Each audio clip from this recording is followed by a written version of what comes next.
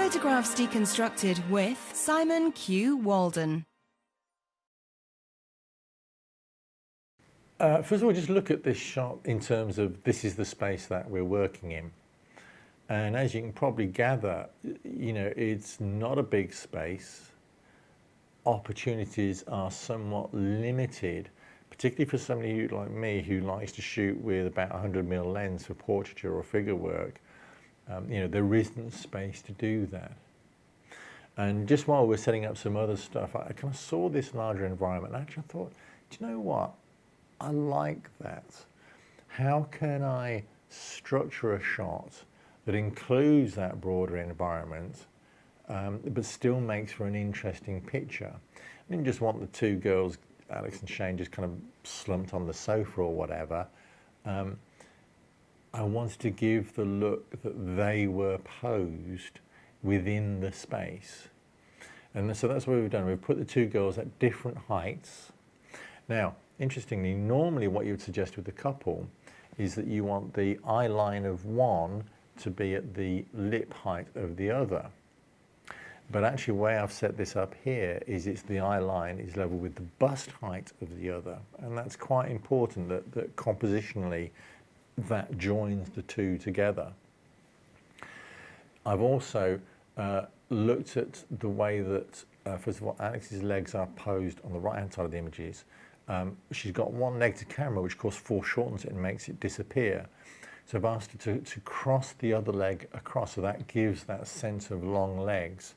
And I was first introduced to Alex as a model who has freakishly long legs. So we've used that length to counteract the foreshortening of the leg that stretched the camera. Whereas for Shane, sitting up on the sofa, you don't want the knees pointing to the camera because that would have done exactly the same thing. So we've moved the knees out to one side, again, to keep the length in the legs, not to kind of reduce them and make them look short. And then we've got an echo in the hands, both hands coming out to the sides. Okay, so that kind of repeats the pose between the two girls and that holds them together, as well as just the one hand on the shoulder, which also binds them as well. So it looks simple, but actually there is much more structure here than you would think. And it's all in kind of little bits of detail. And you know, I'm not going to say that I deliberately set out and positioned the two girls in exactly the way from the start. What I did was I asked one of them to sit on the sofa and one of them to sit on the floor.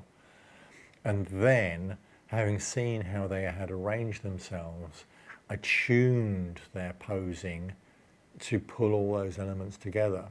So again, just to kind of repeat what's going on with the girls, is I've positioned the legs to avoid foreshortening.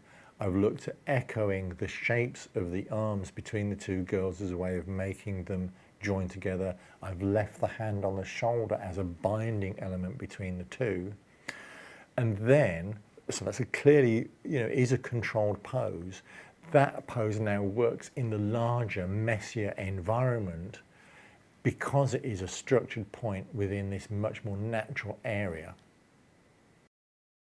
To find out more, go to FilmPhotoAcademy.com. Subscribe now for regular updates.